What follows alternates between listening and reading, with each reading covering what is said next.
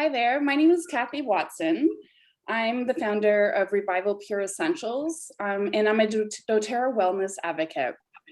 I've been in healthcare for about 25 years at Oakville Hospital as an X-ray tech, and see life with medication and the things that happen to people.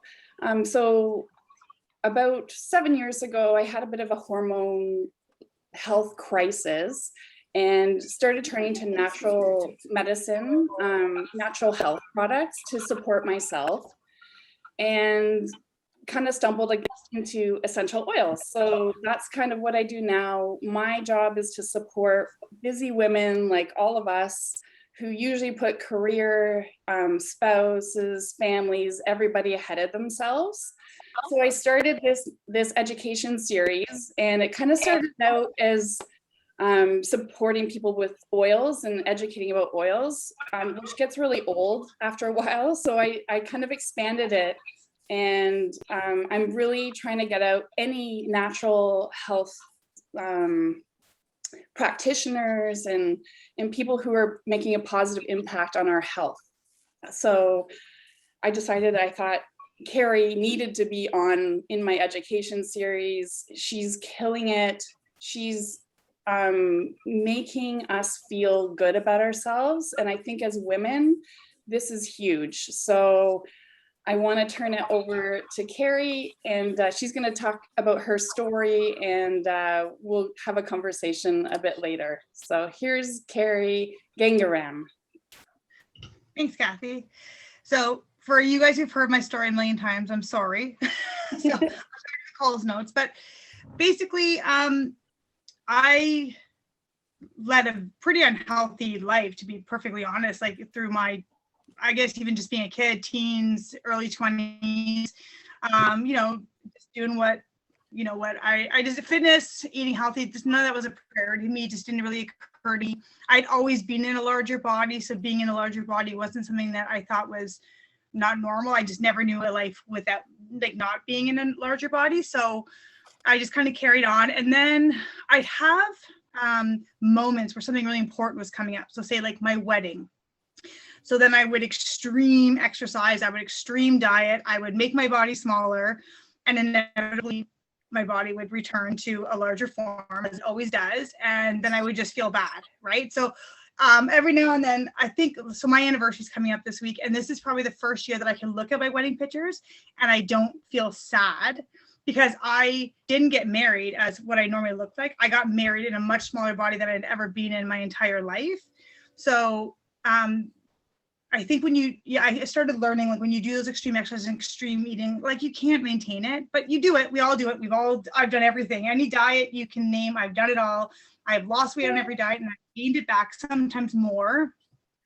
And then about 10 years ago, around 35, I started really seeing fitness in a different way.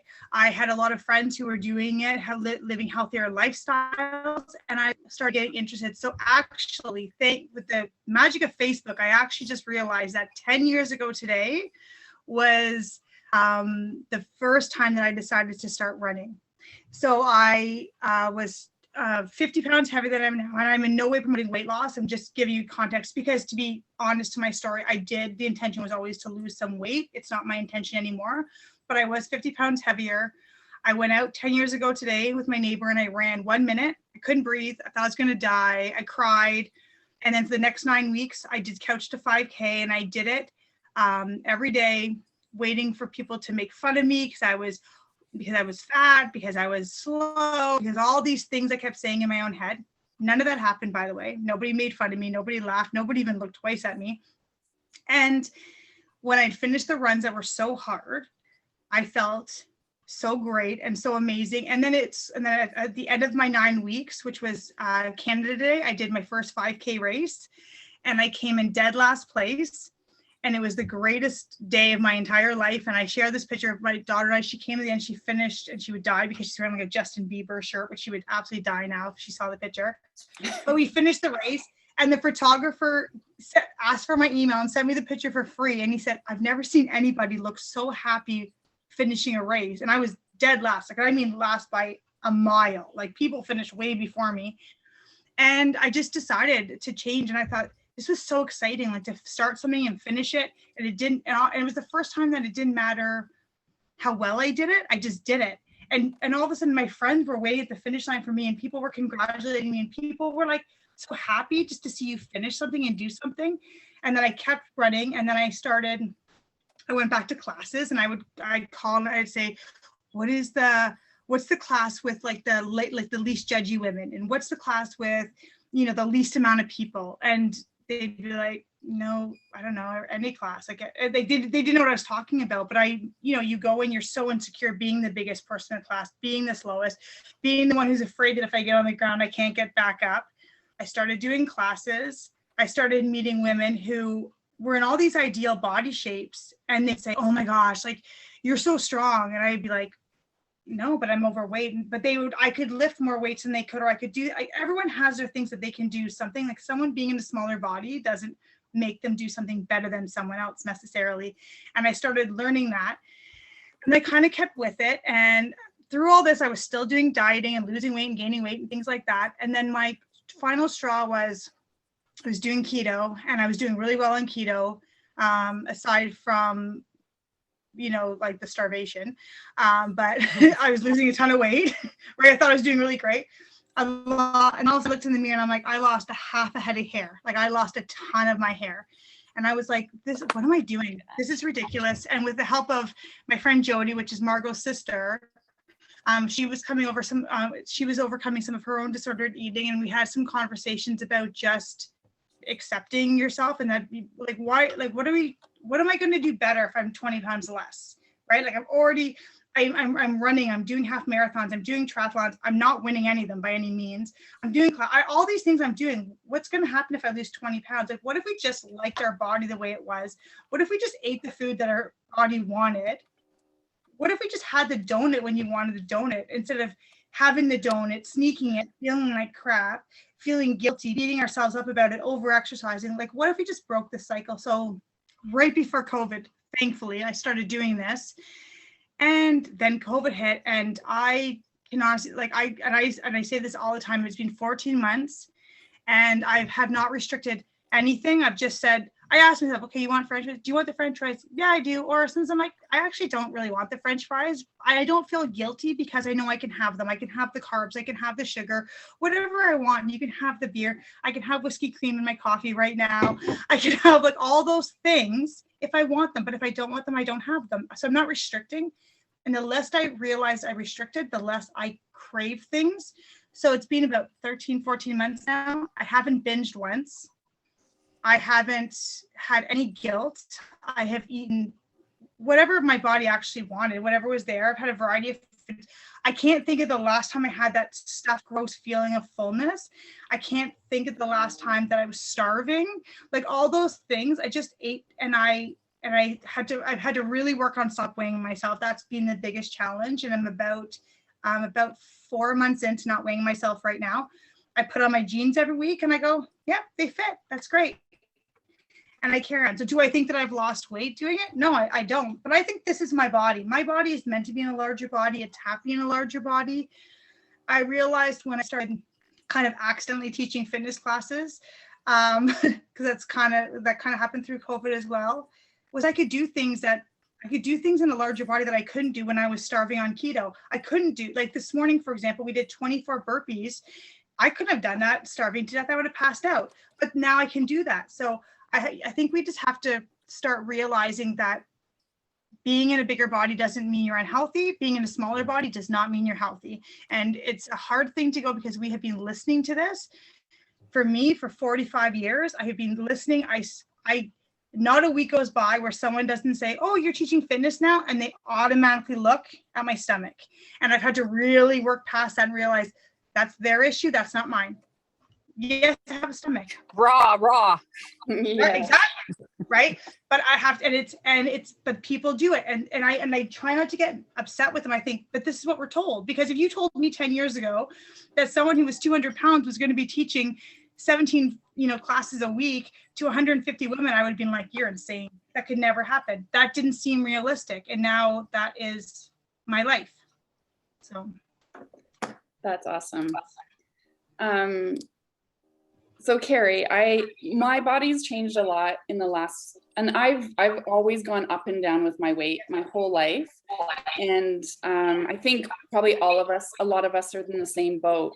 But what I've seen with you, it was a message that was so loud and clear, and it's massive. This community, I haven't been able to work out for a few months because of some injuries, but I still watch your community because it's so exciting to see people like killing it. And you're such a huge part of that. And I love that. How important do you think your messages and your business with your clients through the pandemic? Like, Well, so I think so. Just to backtrack a little, like when I started doing it through at the beginning of the pandemic, it was more the gyms closed, and I just was trying to work out with a friend, just to kind of be accountable because we thought we are going to be closed for 2 weeks, right? So for yeah. we're going to meet on FaceTime, we're going to be accountable, and then as those 2 weeks passed, someone else would join, and somebody else would join, and somebody else would join, and then there was, I want to say between March and September, I did this just purely for fun and for free while I was getting certified. And I think there was about 25 or 30 women who were doing it. We were just having fun. And I think that as we were doing it, what we realized, no point between March and September did anyone say, I'm here to lose weight. I'm here to get in a smaller body. Everyone's message was, I need this routine. I need this routine. I need to have something to do in the morning. I need to feel accomplished because people had lost their jobs. People's kids were out of school. Like you had your kids 24/7. That wasn't something we were used to. And your jobs were overwhelming or your jobs were less and you were worried. Everyone was scared. And that from March to September, the only thing everyone said was, I'm worried about my mental health. I'm worried about, like, I'm losing my mind. I'm scared. I'm going dark, all these things. And it was the most incredible thing because no one had said, I'm here to lose weight. Some people have obviously said that throughout that, like, as we've carried on, but that's not a conversation we ever have. People will say, I feel better now. I've accomplished something, so now I can carry on with my day. I can go to work. I feel like I'm not going to yell at my kids all day. I feel like I'm a nicer person. So I think that the mental health aspect, and if you know me, I will never talk about calories with you. I'm not going to talk about losing weight with you. If you lost weight and that's your journey, that's cool, and I'm super happy for you. But I'm not going to be the one to give you advice and tell you to do more to lose weight. But I'm going to be the one when you say I can't get out of bed. I'm going to say, pick one class that week, show up for 20 minutes because you can log off early. You can come in late. You can keep your camera off. I have a member who sits, she does a set, she sits down a set. She does a set, she sits down. You know what I mean? Things like that. I have a member who won't do the burpees, but she'll turn the camera off and she's going to dance the whole time, right? She'll dance for that minute. So everyone's doing what they have to do. I think today we had like 3 dance parties during it. Like it's not always about just trying to lose weight. Right now we get that we're trying to survive, and we all did this workout this morning, and all of us, I think, would say we feel better and we can carry on with our day. And it was hard to get up and it's hard to start because there's been heavy news in the last week and you're scared right now. But for 45 minutes, if you can listen to music and watch a bunch of friends on screen, it's 45 minutes that you just get to forget. And I think that is everything right now. I totally agree. When I was doing the workouts early in the morning and then going to work, so I work at Oakville Hospital, like I said, and it's bad. Like it's not a good situation. For the full past year, it's been pretty bad. Of course, it's worse right now. But when I would work out in the morning and then go, my day was so much better because I had looked after my body in my mind, and then I was prepared to face whatever I needed to face. So I'm sure there's so many other people that are in the same boat with that. Totally. And a lot of people will say too, like a beginner class. And I'm like, well, I have a low impact class, but I like that. I really pride ourselves on that. What we do is that a beginner and a seasoned, somebody's been doing this for a long time can be in the same class and they can choose different options, right? And I think that's another thing too, that everyone feels so stressed and horrible right now, that if you can be in a class and you can be doing your workout to the best of what your body can handle and take the options, take the modifications, and you get to be in a class with people that you might never have entered a gym class with before, but you can do it and you can accomplish that. I think that just really helps our self-esteem and our accomplishment as well too, because let's face it, it's hard for a lot of women to walk into a gym. Yeah, for sure. So our daughters are the same age, and is yours out driving right now too? She's not out early, but she's trying to wake her brother up because she wants to go to Starbucks. Yeah, exactly. So what do you think the impact is seeing you start this business and create such a movement? Do you think she's aware of that? Because some of them aren't really aware of anything we're doing right now, but do you think she's aware of what you're doing? Yeah, I think so too. And I think a lot of us as mothers did a better job than maybe, like I love my mom, but I don't think that they had the same awareness. You know what I mean? Like, I think when I was doing extreme dieting, my mom didn't think that was a good or bad thing, because that's just what everyone did, right? Like if you were drinking Slim Fast and that was all you're drinking for 3 days, that was a very normal thing. I think we started a little bit younger, teaching our children more about strength over weight. We're a little more aware of it from the beginning.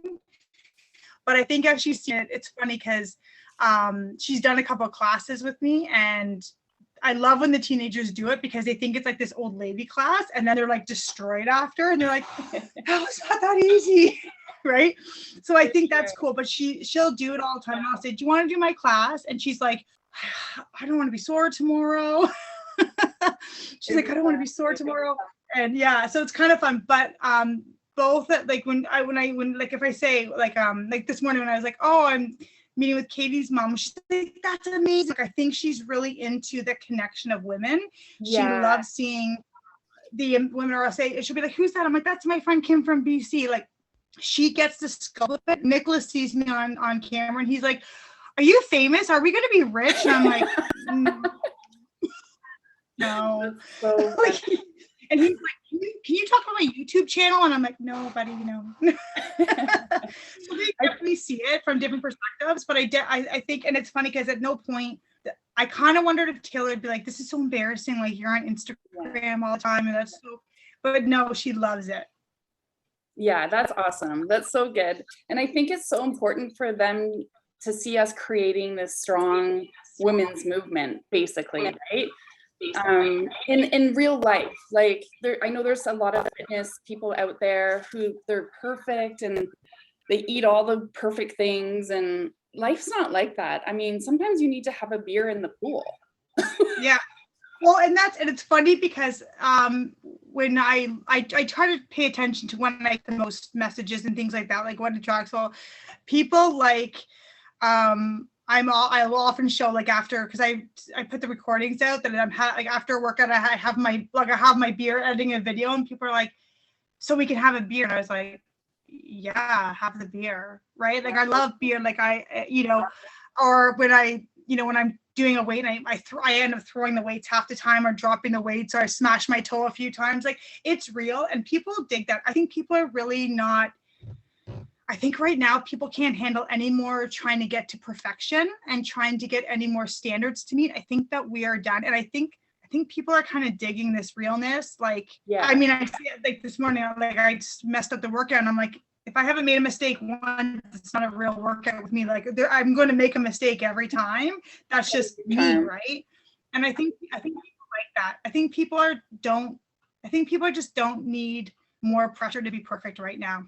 I think we're just trying to survive. For sure. I was reading a book. I don't know if you've seen it. It's called The Year of Yes by Shonda Rhimes. She's the I have. Yeah, it's a really, really good book. And she's so real in it. She has 3 kids on her own.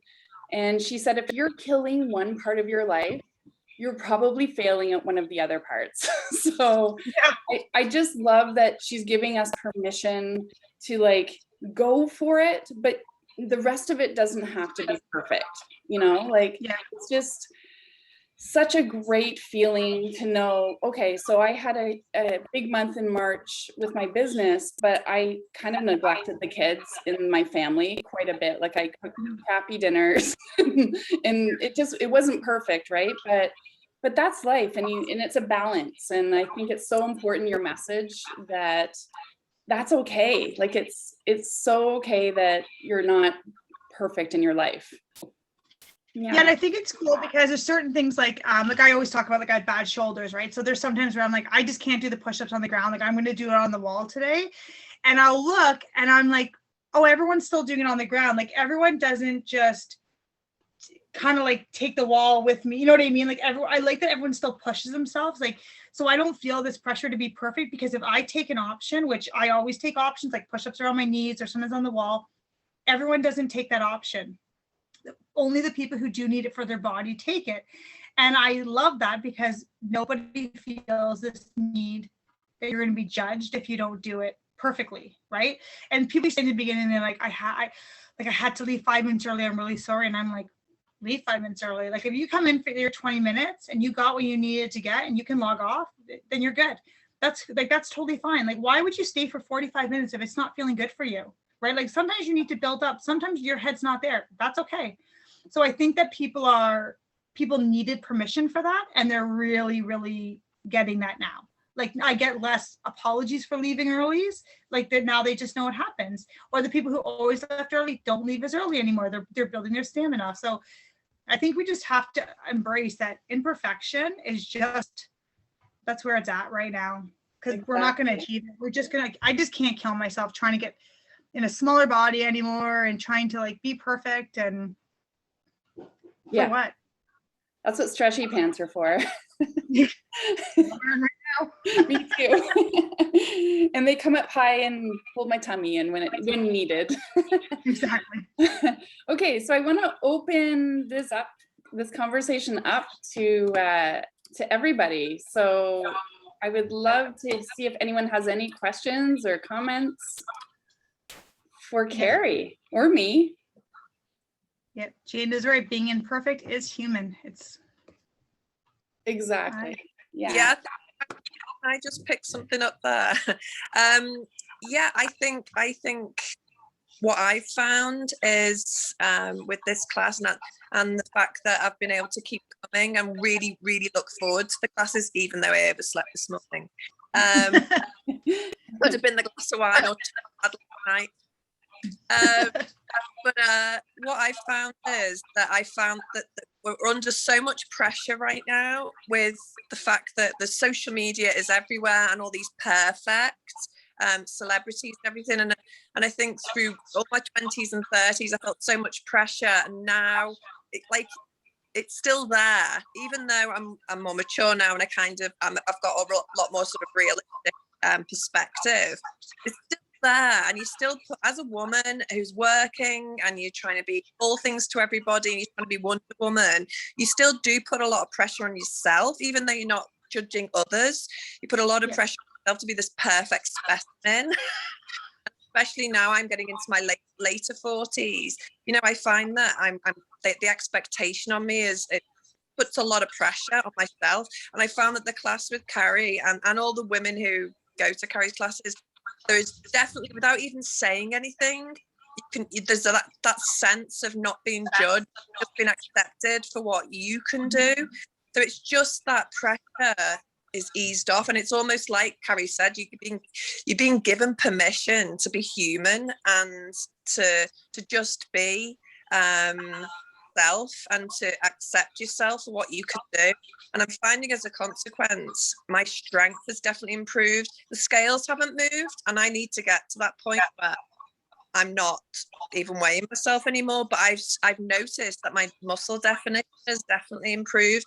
And I went for a run the other day, first time in ages, and I actually got, you know, the hill on Parkside when you go from the train track. I got up that without stopping. That's amazing. I slowed down, but I got to the top, and I didn't even have to stop at the top. I just carried on, you know, and I got like this award through the running gap that I'm on. But I noticed, and I had to tell Cari that I noticed my legs were stronger if they carried me to the top of that hill, and I was able to continue. So that, for me, that was a massive achievement, because I've never been able to do that before, not in a long time. So that's all because of the classes and the fact that I've been able to maintain them. That's awesome. So good. And I think it's a good point too, because I think like, and don't get me wrong, like I look at the scale every day. Like I haven't taken it in my bathroom every day. I'm like, throw the scale out, but I can't do it. But I haven't stepped on it in 4 months. But like I know that's the validation that gives us so much, and it's so stupid. Like it's a number, right? And then we're so dismissive of being able to walk longer, run better, pick up stuff, you know what I mean? Like all those things, like those things are more important. Like when you, like I always think like when I'm like, you know, when I'm on my deathbed, I'm gonna be like, well, I'm so glad that I finally got to 199 pounds. Or am I gonna be like, or like I'll be thinking like of all the things that we have been doing and got to do, and all the physical things, like that's like those are experiences. Like your stupid number, it's like, but it is you can't just it doesn't just go away. Like I want it to go away, it doesn't just go away. It's still there. Like it's a fight every day. Yeah. And I've always been heavy because I've always been muscular. Like I've always been heavier than I look. Like even when I was younger, I was like, what would be the equivalent here? Like I was a size 10 in England, like a size 6 here. Like even when I was a size 6, I didn't weigh what you would do I'd weigh. I've always been heavy because I've always had a muscular body. Yeah, and we used to be embarrassed of that, but now like that's the thing. Like now that's what we're going for, right? And I always felt like I was too big because I've always been muscular. Like that's just my body type, and it's great, and I'm so proud of it now. And that's what I'm trying to instill in my daughters, you know. So, anyway, I'll shut up. Anyone else? Danny, you have to have something to say. Oh, you know, I always have something to say. I just love that my daughter has seen me. So I started off because I was the heaviest I'd been, and I just felt awful. Like I felt like there'd be days when I don't even think I ate a vegetable. I don't think I moved off my couch because I didn't have the energy. Just felt ugh. And so I started with Noom, and then it was a few people. So Kathy told me about the class, and then Marnie called me. She's like, I'm calling you. So she got on the phone and she goes, you have to try the class. And I said, I don't really like classes. Like I'm walking. She goes, you have to. So I'm like, okay. She badgered me for like an hour, and then I said, okay, I'll do the class. So I reached out, and honestly, like I have lost weight doing it. My hair is falling out. So it was funny that you said that, because I'm like, okay, what's happening? But I had McDonald's last night. I said to the kids, I'm like, you know what? I don't feel like cooking. Fuck it. We're going to get McDonald's. We got McDonald's. And I was okay with that. And I just love that my kids, my girls specifically, they come in, they see me doing the workout, because I'll do it in the living room. I take over the first floor. And my daughter's like, Mom, good job. You're keeping up with Cari now. Because at first I was like dead, right? Like you'd be going, I'd be half asleep. I'd be like on the ground lying there. So now she goes, Mom, look at you. You're doing great. You're keeping up. And I'm like, yeah. And she'd be doing it to the side, never on camera, because she doesn't do that. But I just love that they're seeing us just take this journey. And I just, like, I try to say to them, I'm like, you know what? My goals shifted. Like the weight is the weight, whatever. I feel good. I can do those stupid 24 burpees that you had us do today. Not as quickly as you could do it, but I got them done. I can do a thunderstruck. I can, you know, push-ups still suck for me, but like I can just do more than I could 3 months ago. And the kids see that, and I'm just super proud that as a community, that's what we're sharing with anybody. Like even my husband, I mean, he won't do it, but he's so supportive. He's like, good for you. You're doing it. You're killing it. I'm so proud of you. Like they just have those moments, right, where they just give us those messages, and it feels good. Like it feels good to be moving, and it feels good not to feel bad. Like it just, it feels good not to feel bad. That's true. Yeah. Yeah. It just feels good just to move. And that's awesome. Yeah. And I think it's hormones too, right? I'm 48 and the hormones are woo. Yeah. So honestly, the things that Kathy talks about with the oils I've implemented, and then doing your class, like I'm sleeping better again. Everything has just changed. So like the two of you have honestly been life changers for so many people. So cool. Thanks, Danny. Anyone else? I do. It's Jen. I wanted to get some perspective on, I've heard a lot of people mention their daughters, and I have 2 young daughters that are 5 and 7, and just advice on how to not pass along bad body image or, self-talk to your daughters, and in particular sons too, of course, but for me, daughters. Anita wants to talk. Yeah. Surprising no one. My daughter is 10, and this was my actual biggest fear aside from human trafficking, but that's a whole other show. Because I grew up with horrific body image issues and eating disorders and the whole 9 yards. So to then bring a daughter into this world and see her growing and see her being super susceptible to everything that's said was really scary for me. And I think being friends with Cari has taught me a lot about body positivity and self-talk and the way that you portray yourself to the world. And I think what has really helped me is I never, ever, ever, ever talk about food as good or bad. When I exercise, I don't exercise to be skinny, which I hate that word skinny, and she uses it all the time, and it pierces my heart. But it's like when she's like, I look really skinny, I say, oh, well, you look really strong. And she's like, when she does classes with me, I'm like, look how enthusiastic you are and how happy it makes you look, and like you're glowing. So I try to frame absolutely everything in health and strength and beauty doesn't mean it means strong and happy and like that kind of stuff. And so that's what I tried. Like I don't know, just give That's them. awesome. I think every time you want to say, I think strong is always the word that I go to for everything, because I think that's what you want. Because there's a few things I was an obsessive weigher, and obsessive, like I'd pee and I'd weigh myself, like obsessive weighing myself. I never did in front of Taylor, like ever. I never weighed myself. I also never said diet in front of her. So even when I was obsessively dieting, I am 100% sure she picked up on what I was doing when I would be the one saying, no, I can't have potatoes or whatever it was. So that's what I've tried to change. I think it's the same thing, like letting you see things so intentionally, like I will make a big deal about like Lizzo or things like that. Like I'm like, oh my gosh, she's so beautiful. Like I intentionally but I don't go, she's so beautiful. Like, oh, and she's big and she's I don't even I just mentioned why can't she just be beautiful and strong, or things like that. So I try to be pay attention to what you're exposing them to, right?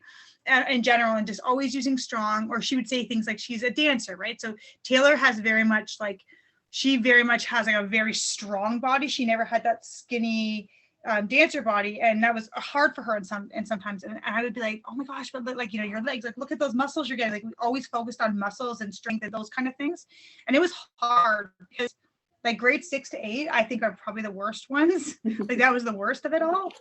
But strength, and then letting them eat what they want. So one of the things I remember I always did with the kids is that they'd say, can I have chips?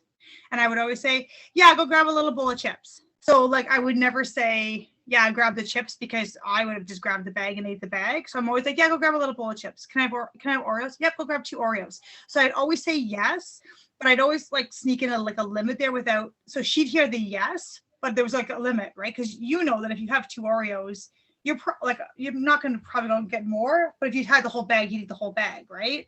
Yeah. So I always try to say yes to things, there's no bad food. Or she'd be and she learned a few times, she overate and had to go to dance and then wanted to vomit. That's a good lesson about, you know what I mean? You had to learn on your own.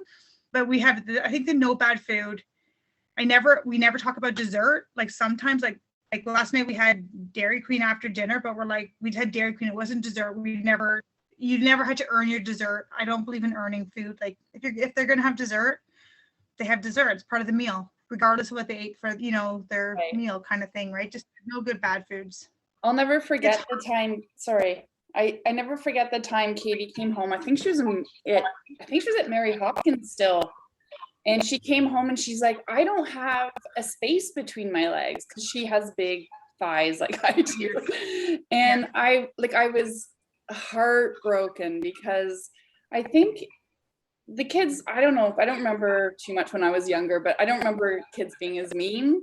But I said, well, it was a really good opportunity to talk about body types and I'm like, honey, I'm sorry, but you're never gonna have a space between your legs. Like, it's just, the reality is either you're built like that or you're not. And Yeah, you're just much having too really big. Like, honest conversations is the key in just keeping the conversation open. So if they're having issues that they'll come to you. Yeah, and I think also leading by example, right? Like that's what we're all doing here is leading by example. So, like my kids, I'll put out healthy snacks and they'll gravitate to that because honestly they're lazy, and if it's out they'll eat it. So it doesn't mean they're not going to grab the cookie, because they're totally going to grab the cookie or the granola bar or whatever.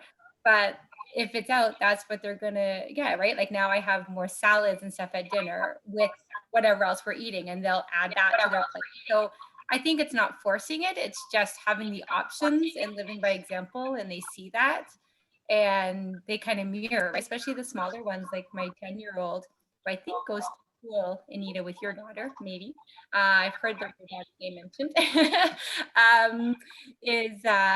They just kind of mirror, right? And they see that. So if you allow yourself to have the treats, then they'll know that's fine. If you eat your vegetables and your fruits, they know that's fine. If they see you working out, they'll know that's fine, right? If they see you having a bad day, they'll know that's fine. So I think that if we just, kind of live the life our best way, that they'll pick up on those cues for sure. So that's actually a good point, because I remember someone said to me, so when my son was little and we'd opened our first business, it was like my husband and I were struggling just in our relationship, and I remember someone said to me, you got to go on a date night. And I was like, I don't have time, like I have the kids to bed, all these things. And someone's like, go on a date where your kids are awake. Like, don't put your kids to bed and then go on a date. Like, your kids need to see you go on a date, right? Mm-hmm. Your kids need to see you see that you have a conflict. They need to see you have a resolution. Like, don't hide all that. And I think the same way about, I know that we want to exercise and we want to get away from our families. I do understand that, but I think the nice thing about working at home is I do think it shows them you can do this, right? I think it's nice to see it. They don't always have to be doing it with you. If they want to join with you, they can. But I think this idea that we leave the house, we go somewhere and we work out and then we just say that, but they never see it. I think them seeing everything, seeing all those factors of life, the good and the bad. They see that you're heavy breathing after, they see that you're like, I'm sitting this one out, it's challenging, but I'm going to get back up and try the next one. I think that the more they see that stuff in general, and that goes the way you talk, they need to see you not step on the scale. They need to see you have a treat. They need to see that you can have it till your body's satisfied and then you put it away or whatever it is. They need to see that you can have a wine or a beer responsibly, and then you can not drive your car, all those things, right? Like, I think they need to see all of that. I think that just goes into a full positive. Yeah. Well, Cari, thank you so much. We can continue the conversation. I'm just going to stop the recording, but thank you so much for coming. And Cari's, you guys may or may not know, but Cari's on CHCH morning show tomorrow morning between 7 and 10, Cari? Yeah, so they tape 4 segments, so it'll like play one segment, then it'll go back to the news, then you'll see my second one, and it's a lot of me all morning. That's awesome. So congratulations on that. Thank you so much for all you've done for our community. And I know it's growing like crazy. And I just really wanted to thank you and honor you for sharing your wisdom with us. So thank you.